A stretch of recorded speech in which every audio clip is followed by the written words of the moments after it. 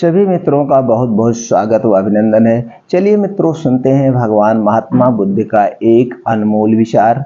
आज का जो अनमोल विचार है, इन 5 परिस्थितियों में चुप रहना सीखिए। और उसके बाद जानते हैं दोस्तों, डायबिटीज जो शुगर है, सब लोग सब चीज़ें नहीं खाते हैं दोस्तों। नहीं पता होता हमें क्या खाना चाहिए क्या नहीं खाना चाहिए, सही बात है। लेकिन हम पढ़ करके या सुन करके अपने जानकारी को बढ़ा करके वो डाइट को शामिल कर सकते हैं। तो दोस्तों 5 ड्राई फ्रूट्स या नट्स ऐसे बताएंगे जो आपके शुगर में भी खा सकते हैं, शुगर में भी हेल्प करेगा।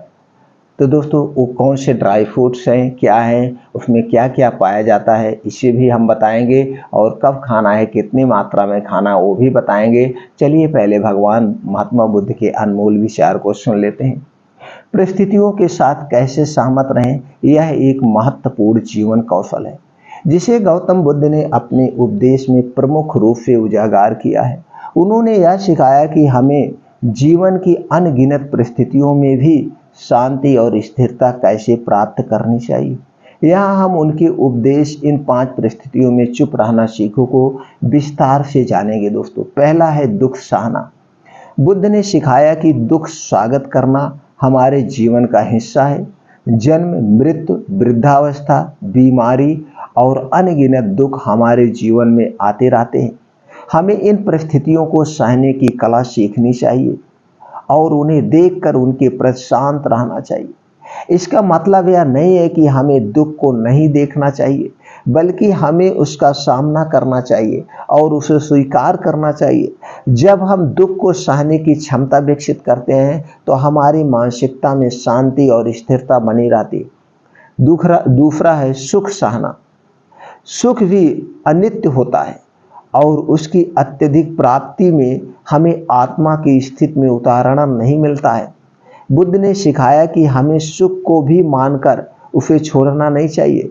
अत्यधिक आसक्ति से सुख की प्राप्ति होने पर हमारी मानसिकता में असंतोष उत्पन्न होता है, जो फिर दुख की ओर ले जाता है। हमें सुख को स्वीकार करने की क्षमता विकसित करनी चाहिए, लेकिन उसमें आसक्त नहीं होना चाहिए। तीसरा है लोभ से दूर रहना। बुद्ध ने लोभ को मनुष्य के दुखों का कारण माना है। वह यह सिखाते हैं कि हमें आसानी से संतोष प्राप्त करने की कला सीखनी चाहिए और लोभ की ओर नहीं जाना चाहिए। लोभ हमें अनगिनत परेशानियों में डाल सकता है, क्योंकि यह हमें हमेशा और बेहतर की तलाश में लगा देता है। इसलिए हमें संतोष और साधना की ओर बढ़ना चाहिए ताकि हम लोभ के जाल से बच सके। चौथा है दोस्तों क्रोध को नियंत्रित करना। क्रोध मानव जीवन में नुकसान पहुंचाने वाली भावना होती है। बुद्ध ने सिखाया कि हमें क्रोध को नियंत्रित करने की कला सीखनी चाहिए। यह हमारे मन की स्थिति को बिगाड़कर हमारे आत्मा की शांति को प्रभावित कर सकता है। हमें क्रोध की ओर नहीं जाने की कोशिश करनी चाहिए, बल्कि समझने की कोशिश करनी चाहिए कि इसके पीछे क्या कारण है, इसके पीछे का क्या कारण है और हम कैसे उसका सामना कर सकते। और 5वें जो बात है दोस्तों, अहंकार को दूर करना। अहंकार और अभिमान हमारी मानसिकता को विकट बना सकते हैं या हमें अन्य लोगों के प्रति सही दृष्टिकोण से नहीं देखने की कला सिखाते हैं। बुद्ध ने सिखाया कि हमें सभी मनुष्यों को समान दृष्टिकोण से देखना चाहिए और अपने आत्मा की महत्वपूर्णता को समझना चाहिए। यह हमें बाहरी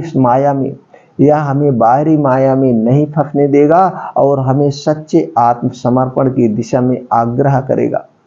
गौतम बुद्ध की उपदेश इन 5 परिस्थितियों में चुप रहना सीखो ने हमें जीवन के सामान्य और असामान्य परिस्थितियों को सहने की कला सिखाई है। यह उपदेश हमें आत्मनियंत्रण, स्थिरता और आध्यात्मिक विकास की दिशा में मार्गदर्शन करता है।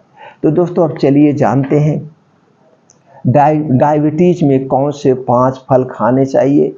तो दोस्तों आप लोग जानते ही हैं कि डायबिटीज क्यों होता है, कारण होता है, उस पर भी अभी थोड़ी देर में प्रकाश डालेंगे 2 मिनट का। लेकिन पहले जान लेते हैं कौन कौन से नट्स, कौन कौन से ड्राई फ्रूट्स खाने चाहिए। पहला है दोस्तों बादाम। बादाम में हेल्थी फैट होता है, गुड कोलेस्ट्रॉल होता है, इसलिए ये हमारे दोस्तों स्वास्थ्य के लिए या शुगर हो कुछ के लिए लाभदायक होता है। तो बादाम भी हम खा सकते हैं, लेकिन एक स्मॉल मात्रा में, बहुत ज़्यादा नहीं खाना चाहिए।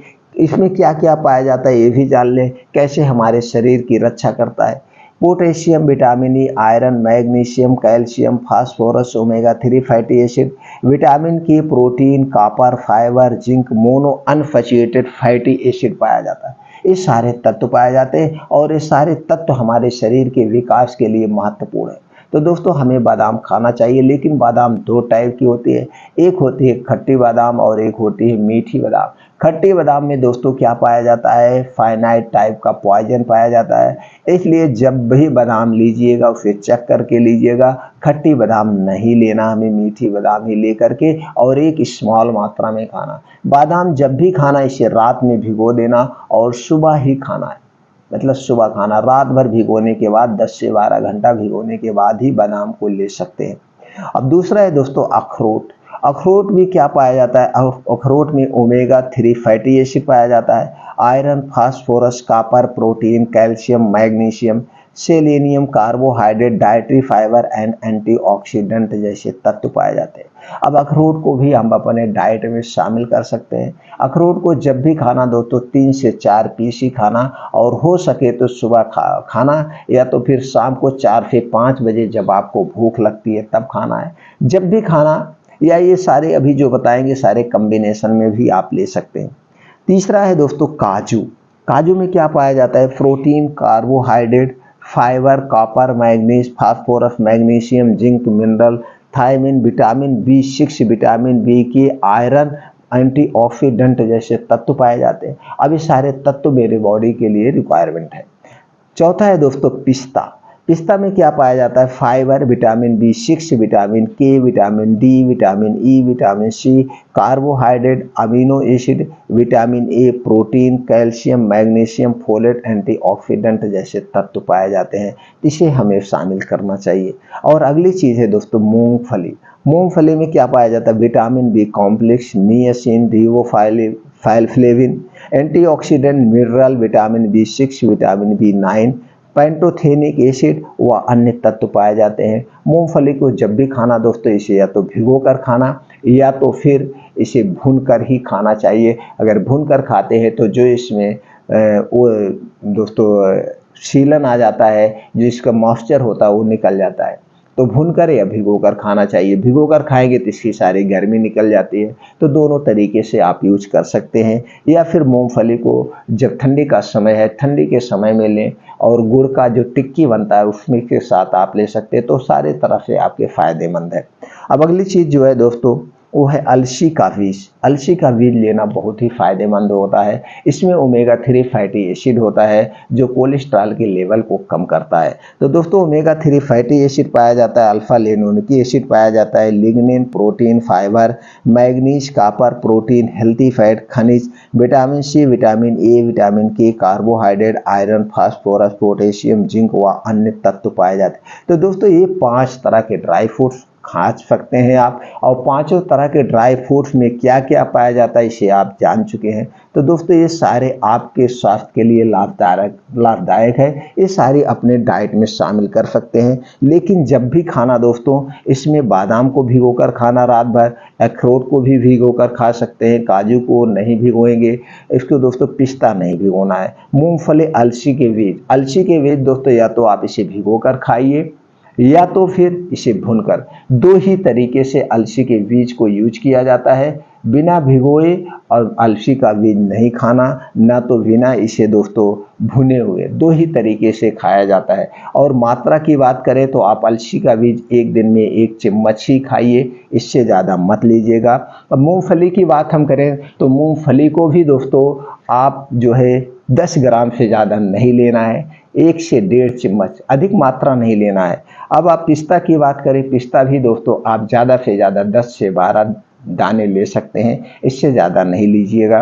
काजू भी 5 से 6 पीस लेना है, अखरोट 3 से 4 पीस लेना है, बादाम को 6 से 7 पीस। अब इसके अगर सब एक साथ लेते हैं या सब चीज़ खा रहा है तो इसमें और आपको क्वांटिटी घटाना पड़ेगा, और क्वांटिटी घटाना पड़ेगा, क्योंकि थोड़ा थोड़ा लेंगे तो ज़्यादा हो जाएगा। तो आपको इसी में डिसाइड कर लेना है। लेकिन ये सारे आपके नट्स, ये ड्राई फ्रूट आप इसमें शुगर में खा सकते हैं। शुगर के साथ साथ आपको शुगर की में प्रॉफिट तो करेगा ही, शुगर से तो बचाएगा, उसके साथ साथ आपके शरीर को वो सारे प्रोटीन्स, न्यूट्रिएंट्स भी मिलते रहेंगे जो आपके स्वास्थ्य के लिए लाभदायक है। तो दोस्तों फिर मिलते हैं ऐसी ही और महत्वपूर्ण जानकारी के साथ अगले वीडियो में।